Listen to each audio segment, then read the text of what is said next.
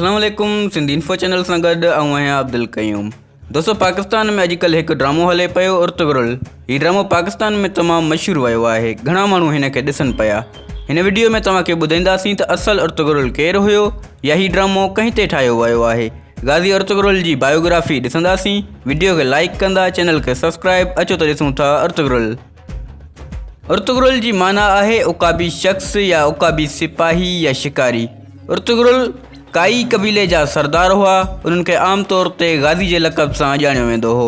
वालिद जो नालो सुलेमान शाह ऐं वालिदा जो नालो खीमा ख़ातून हुयो। उस्मानी रवायतनि मुताबिक़ गाज़ी उर्तुगरुल जो मक़सदु हो त इस्लामी दुनिया खे मुतहद कयो वञे। उन्ही दौर में इस्लामी दुनिया नाज़ुक दौर सां गुज़री रही हुई।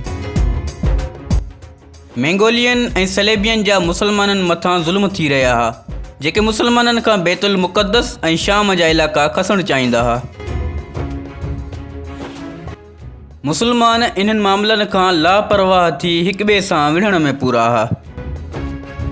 गाज़ी उर्तुगरुल जी ख़्वाहिश हुई त हू अहिड़ी रियासत क़ाइमु करे जेका इस्लामी झंडे खे ॿीहर दुनिया में लहराए ऐं मुसलमाननि जे शान व शौक़त खे ॿीहर बहाल करे। इन पंहिंजे कबीले खे अनातोलिया वठी वञण जो फ़ैसिलो कयो। गाज़ी उर्तुगरुल उते कामयाब थी हिकु अज़ीम रियासत जो बुनियादु विझणु चाहींदो हो, पर संदसि भाइर गंदगिलो ऐं संगर तकीन संदसि इन्ही तजवीज़ जी मुखालफ़त कई, छाकाणि त हू पंहिंजे कबीले खे एॾी वॾी आज़माइश में मुब्तला करणु न पिया घुरनि। इन्ही करे गाज़ी उर्तुगरुल पंहिंजे भाइरनि खां जुदा थी पंहिंजनि कुझु वफ़ादार साथियुनि सां गॾु अनातोलिया ॾांहुं रवाना थी विया। साणसि संदसि नंढो भाउ दूंदार बि साण वियो।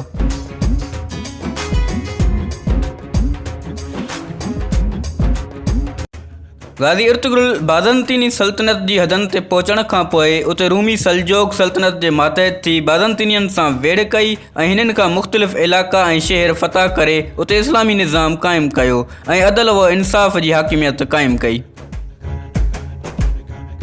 सल्जोक सुल्तान अलाउद्दीन सोगोत ऐं के ॿिया शहर जागीर तौर अता कया, जिन खे उर्तुगरुल पंहिंजी जागीर सां मिलाए उन जो नालो सुल्तानूनी रखियो। तुर्क कबीलनि खे उते गॾु करे उन्हनि इलाइक़नि खे पंहिंजो दाइमी वतन बणाए वरितो। गाज़ी उर्तुगरुल जी वफ़ात खां बाद संदसि पुटु उस्मान गाज़ी सरदार मुक़ररु थियो।